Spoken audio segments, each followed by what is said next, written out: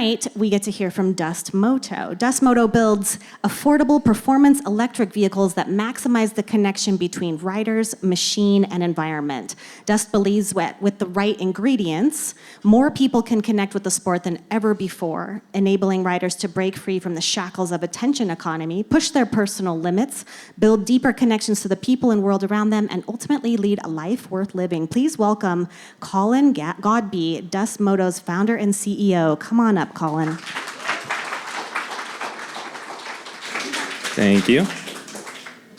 You probably want to put it on the floor. Yeah, there we go. I'm pretty short.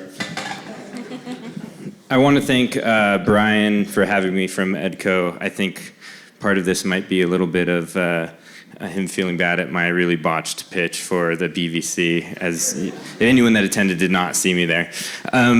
I'm excited to talk to you about Dust. We're pretty early, and that little spiel was taken from our launch website, which you probably recognized was a little bit of a fever dream written kind of in the middle of the night to get something on the website.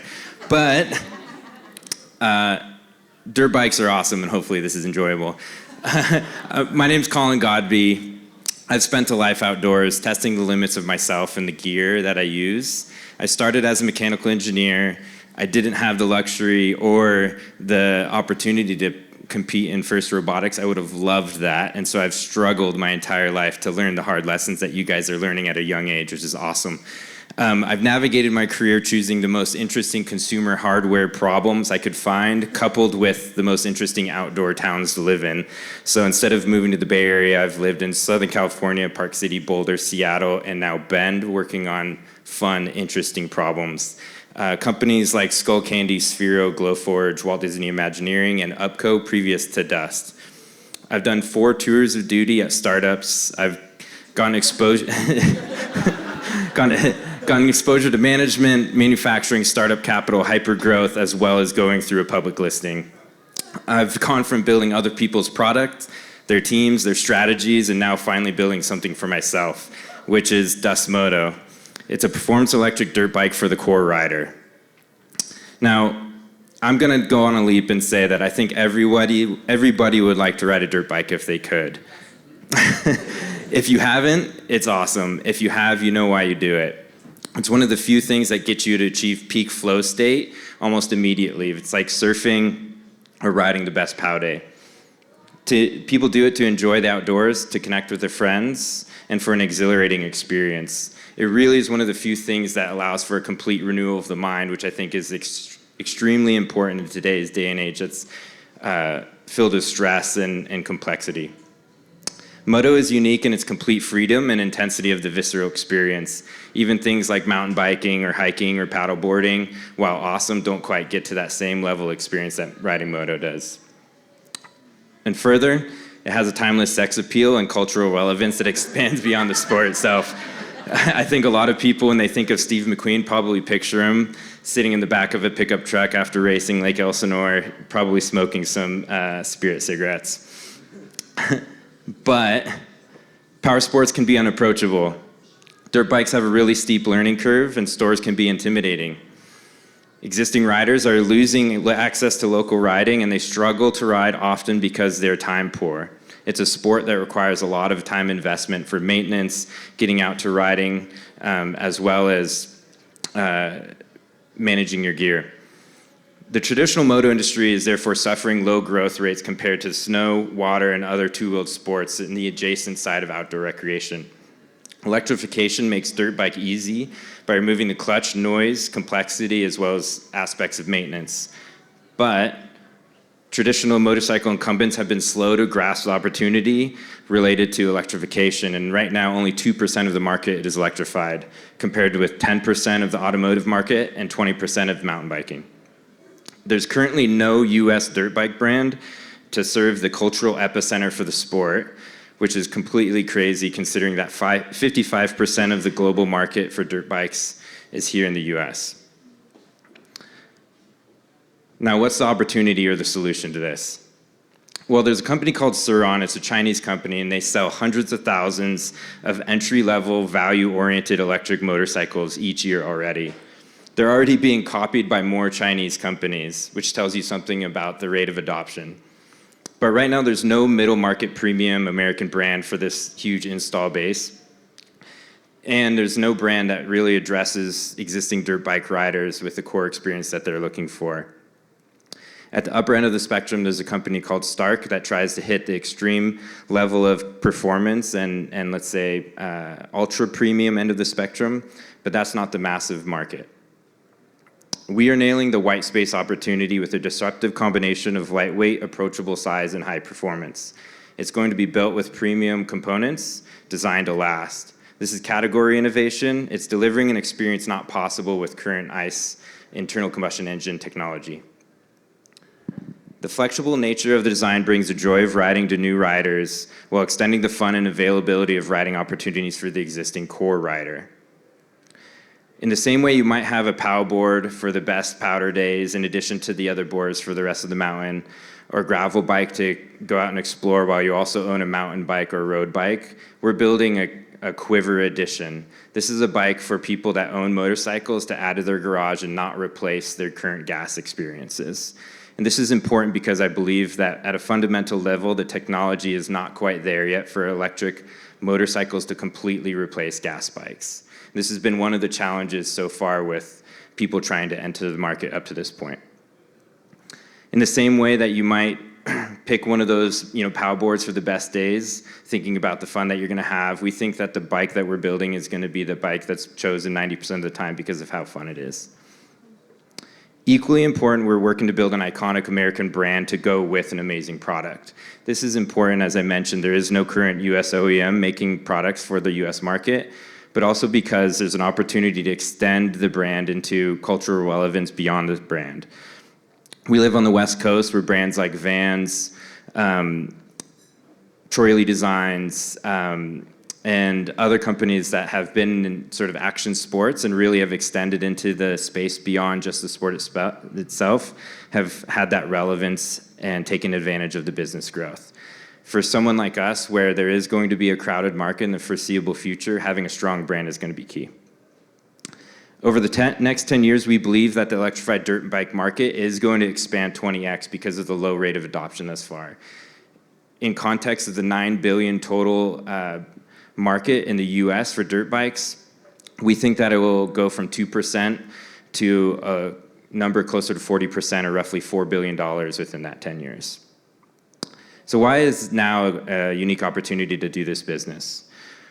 Well, with the explosion of the e-mobility products like Sur-Ron I mentioned before, Super 73, pedal electric mountain bikes, and the relative openness to new entrants into the market that we've seen unique to the last couple of years, we've never seen a market that's more ready to take on an experience with electric than now.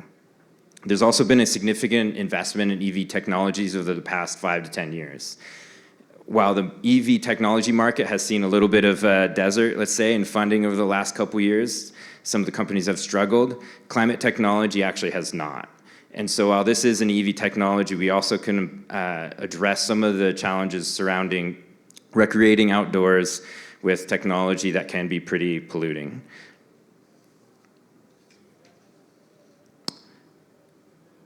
At the end of the day also, as we've seen with COVID, there's an extreme interest in investing in recreation activities that can increase the mental health benefits of disconnecting outdoors. So you combine those things, and we think now is the time to actually jump in after this.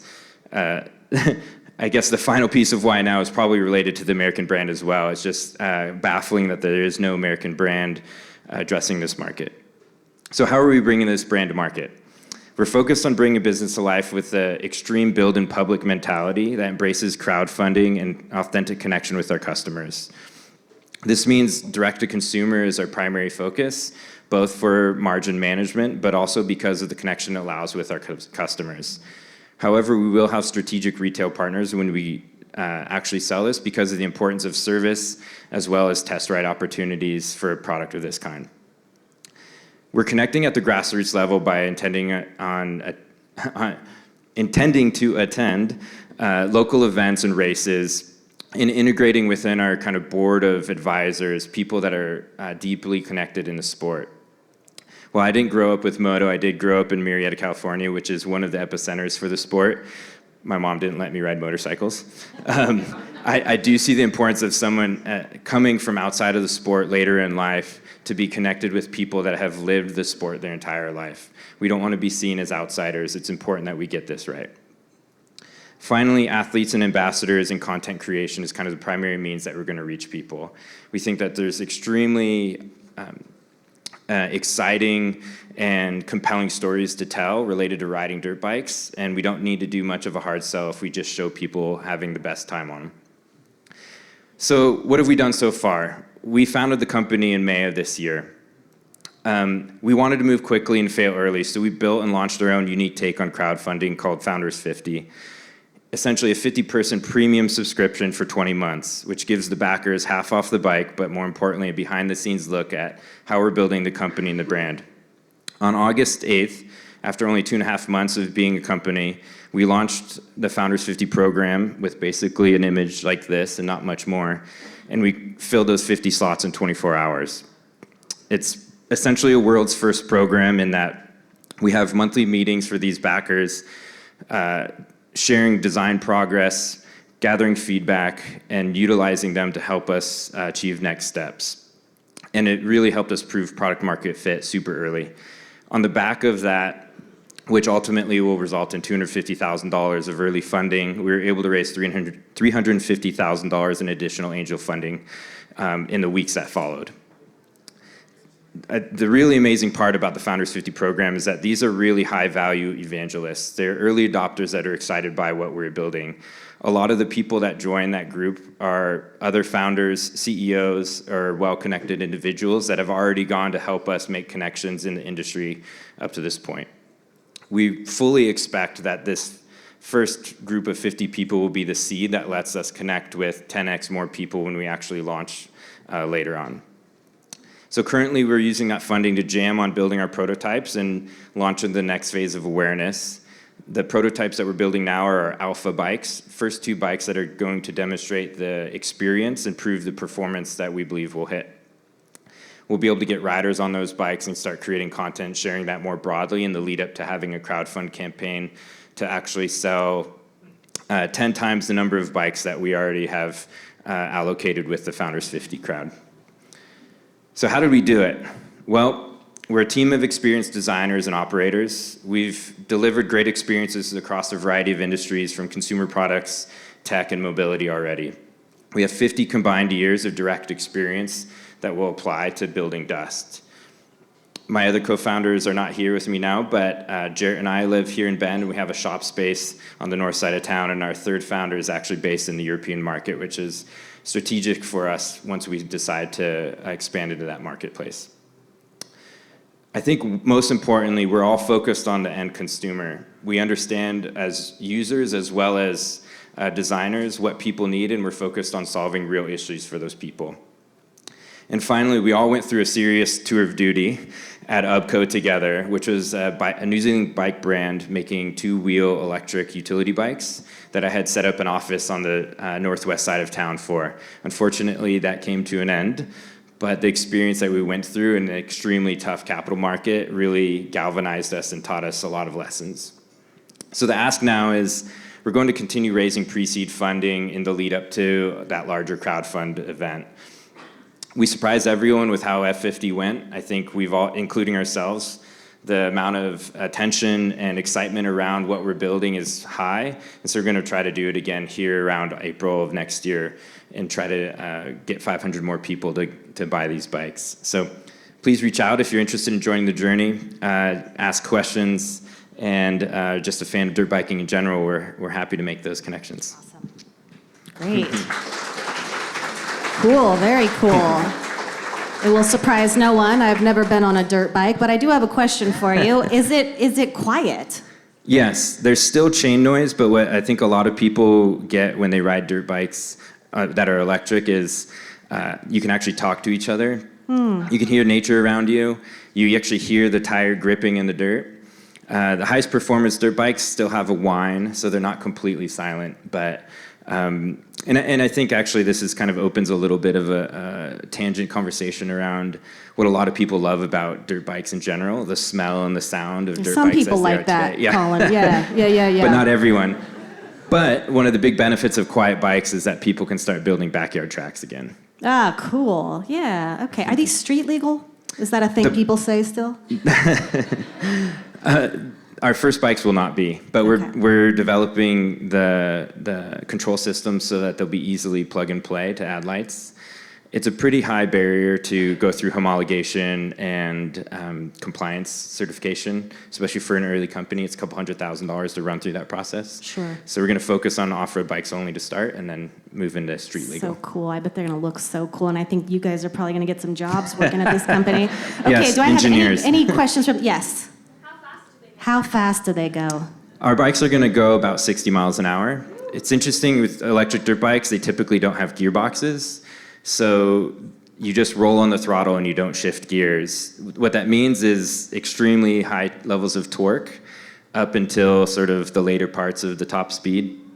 Typical dirt bikes, you can go through the gears like a car and they keep pulling at higher speeds. But for the kind of experience we're trying to deliver, it's not as important. Yes. Yes. You mentioned the benefits for like climate, and I'm just curious, are there any federal tax incentives that could act as You mentioned benefits for climate. Are there any federal tax credits available for your manufacturing operation? It's a really good question. We have some friends in the industry, another company called Rivid based out of California. They received a $20 million operating grant to establish manufacturing. That's actually from the state of California. EDCO, I'm looking at you if you can help me out with some of the Oregon dynamics. But there are programs available. It's a little bit tougher for companies that are smaller and the focus that we have.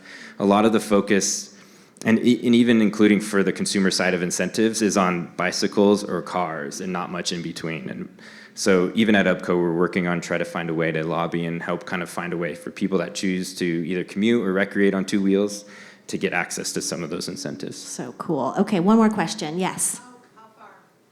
How far on the charge? Like how many miles can it go on the before you have to charge it again? This is the hardest question related to electric, and one of the reasons why we don't think electric bikes are ready to fully replace gas bikes yet.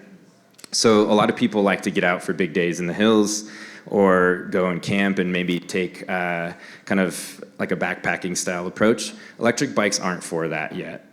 So we're positioning, this kind of unique positioning I mentioned is a little bit smaller size bike that's a little bit more oriented for play riding. So backyard tracks, local single track, maybe going and finding new zones kind of into BLM, but not really focused on big days on the bike. And the reason why we say this gives you the opportunity to ride more is it's a lower kind of barrier of entry to go ride. Think kind of after work rides with your friends, load up for an hour or two and go ride instead of packing everything up for a big mission. And that's why we also say these bikes will go, sorry, to answer your actual question, if these bikes will go between 30 and 40 miles, then they're great for certain types of use, but they're not good for all of the big rides that some people might want to do. Okay, well this is very cool, and I'm sure it's going to be like rapidly evolving, so I hope you'll come back and check in with us again and let us know how it's going. So cool. Thanks for being here, Colin. Totally, thank you.